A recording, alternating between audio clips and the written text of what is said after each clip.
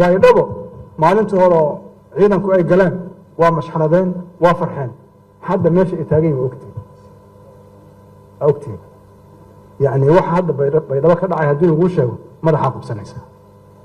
waxa ani ka sii yaabay in lacag laga samaynayo qofkii meeqa laga rabaa ma lama sheegay $1 oo meela iyo 150 meela lacag laga samaynayo ya hal xisbi iyo 10 xisbi oo mantaana la oo lacagta loo dhiibayo dhulka la gelay xagga loo diray baydhabo loo diray hadda xataa adiga soo sharaxdo oo isqortid ma arkaysi doorashada oo raba nooca waay doorasho qof iyo cod aan rabaa doorasho qof iyo cod aan rabaa ilaahan idinku dhaariyay dadka la barakiciyay dadka dhuunta la qabtay waxa aragtiin oo ka dhacaya magaaladan nin waxa sameeyay dadku ma dooranayaan mustaxiil inay doortaan dadweynaana salaakid waxa amaleena waa la kabargareeyay wixii la soo haayay iyo xaaladdu meesha ay joogto waa la sheegay si faahfaahsan oo aad u wanaagsan oo aan raalli ka nahaa loo sheegay meelo yar aan dul istaagi doonaa insha allah haddii ilaahay idmada kuma dheeraynayo marka horta marka ugu horeysa waxaa laga yaabaa inaa isweydiisiin maxaa raggaanu gaar isugu soo bixiyaan su-aashaas meesha ma soo gelayso waxaan dareennay soomaalidu inay fartan ugu soo fiiqayso la leeyihiin dee farki fiiq ma aha waaba lagula yiriba waagii farmaajo waa wada qeelinaysana maxaa idinku dhacay marka waxaan rabnaa inaan muujino arrintaanu qabiil ma ahayn aragti dowladnimo ah waxa muhiimka oo soomaalida isku hayaan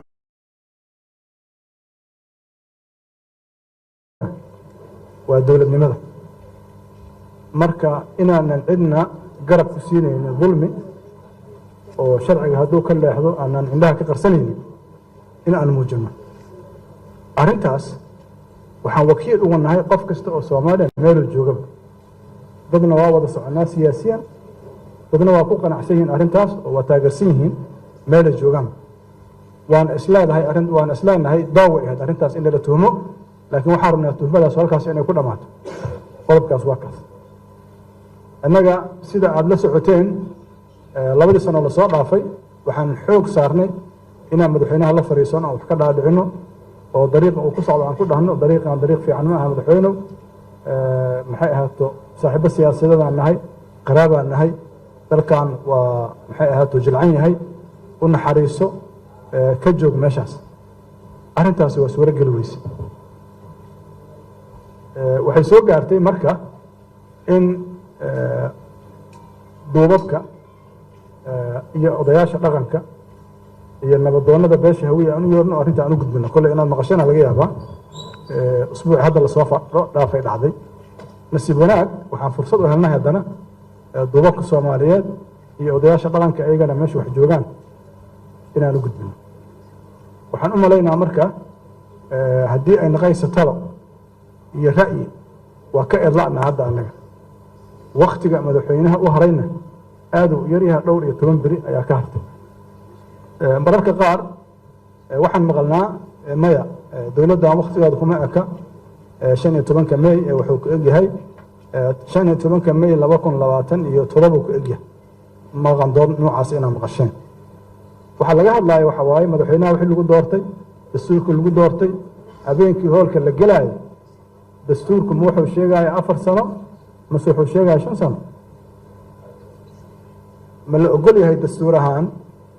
institution inuu isu kordhiyo asaga waqti oo sanad ku darsado laba ku darsado dabcan waxa wada ogtihiin arrintaas ma jirto waxaan u maleynaa codka inaa haysiin madaxweynaha laftigiisa oo leeyahay sharcigan wax ka bedelka lagu sameeyay ma dhaqan gelaya hadda wuxuu dhaqan gelaya dadka naga dambeeya taasna waxaan u maleynaa inay aad u caddahay madaxweynaha waqtigiisa asagaba inuu ku qanacsan yahay hore u sheegay in 2026 15 May inuu egyahay madaxweynaha laftigiisa inuu hore u sheegay doorashada ku galay laakiin hadda waxa socdaa ay yihiin wax ka baxsan sharci darrada sharciga iyo damac siyaasadeed taas halkaas ugu gudbo waxaan rabaa inaan u gudbo arrimaha doorashooyinka waa laga hadlay si faahfaahsan looga hadlay doorashooyin kasta oo keeni kara in dadka Soomaaliyeed si wanaagsan iyo sida ugu fiican uga qayb qaataan doorashada oo hufan waxa laga hadlayaa hufnaan waaye annaga diyaar u nahay mararka qaar waxaa la yiraahdaa maxaa miiska wax saari weyseen maadaama aan leenahay hal la tashado annaga laftigeena waxaan u arkayna inay habboon tahay in la tashado wax lagu tashaday heshiis lagu yahay waqti aan lagu dhimin miiskii aan saarno laakiin maadaama waqtigu hadda gebagebo uu yahay waxaan rabnaa ra'yigeena sida wasiir cabdiraxmaan uu sheegay inaan miiska soo saarna insha allahu tabaaraka wa tacaala taasna waxaan rabaa halkaas in aan u gudbo ama doorashooyinka waxaa loogu yeedhay doorashooyin hadda socda oo magaalada muqdisho ka dhacay ama baydhabo ka socda ama meelo kale laga qaban qaabinayo annaga natiijadoodana ma aqbalsanin siday u socdaanna ma aqbalsanin doorashooyin heshiis lagu yahana ma aha waana wada ogtihiin cilladaha ay leeyihiin waxaan rabnaa marka madaxweynaha iyo xukuumaddaba inaan uga digno hantida dadka ummadda iyo wakhtigaba inaan looga dhumin waxaan waxba ka soo baxayn aan heshiis lagu ahayn doorashana sideeda hal ujeeddaa laga leeyahay nabaddii jirtay iyo dowladnimada inay xoojiso kalsooni dhaliso hore loogu sii socdo doorasho kasta oo khilaaf keenaysa oo ummaddu inay kale aragti duwanaato keenaysa ummaddu inay kale irdowdo keenaysa lama ogola macnaha uma adeegayso ummadda soomaaliyeed waxaan rabaa miihaal inaan soo qaato intiina badan dhallinyaraa tihiin dowladda maxamed siyaad barre laba doorasho qabatay waxay ka qabatay dalka oo dhan dad badana codkooda dhiibtay doorasho sax ma ahayd waa aamusantihiin maba lagu tartamin hal ninaa tartamaayeen doorasho macnaheeda waxaa waa in la tartamo ya marka tani waa kasii liidataa marka hadduu madaxweynaha intuu dalka dhan qabsado oo yidhaahdo dharkiisa marasariga soo qaato oo yidhaahdo dib u jeesta istagow daa wax kale taas ya hadda taasna ma jirto oo dalkii iskuma xira ka muuda taliso dowladda waa wada ognahay warkaala doorashada aan ka heshiina xoog iyo xoolihiib adaa haystee lagaama tugtug roonee iimaanka isgeyn laba diid maxaa rabaa marka madaxweynaha doorashada oo rabaa noocee waay doorasho qof iyo cod aan rabaa doorasho qof iyo cod aan rabaa ilaahaan idinku dhaariyey dadka la barakiciyey dadka dhuunta la qabtay waxaa aragtinoo ka dhacaya magaaladan nin waxaa sameeyey dadku ma dooranayaan mustaxiil inay doortaan dadoowinana baydhabo maalintii hore oo ciidanku ay galeen waa mashxaradeen waa farxeen hadda meesha ay taagan yihin ogtihiin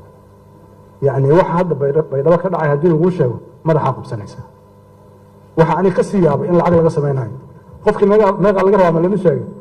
$1 oo meela iyo 150 meela lacaga laga samaynayo ya hal xisbi iyo 10 xisbi oo mantaano la oo lacagta loo dhiibayo dhulkaa la gelay xaggaa loo diray baydhabaa loo diray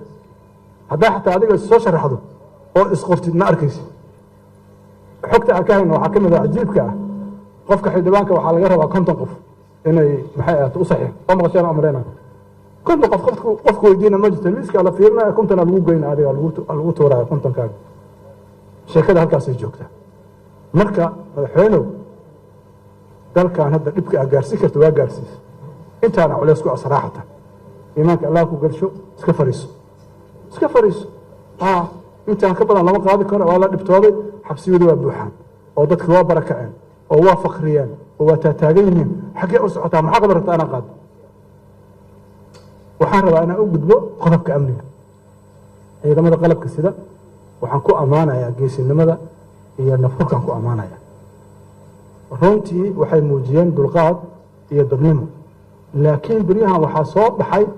koox gaar ah oo madaxweynuhu oo ku shaqaysto oo dadkana barakicisa dadka afduubta siyaasiyiinta barashar garaysaa soo baxa dadkaas waa danley ciidan qaran waa ka baxeen waxay isu bedeleen shaqaale waxay isu baxeen kambani isu bedeleen waa ogtihiin aan u malaynaya qofka marka guri laga duminayo yaa ka dumiyey gurigu ciidankaas ma hayiin ciidankao dhan maa duminsa hal ciidanaa dumiyey hal nina waxay isku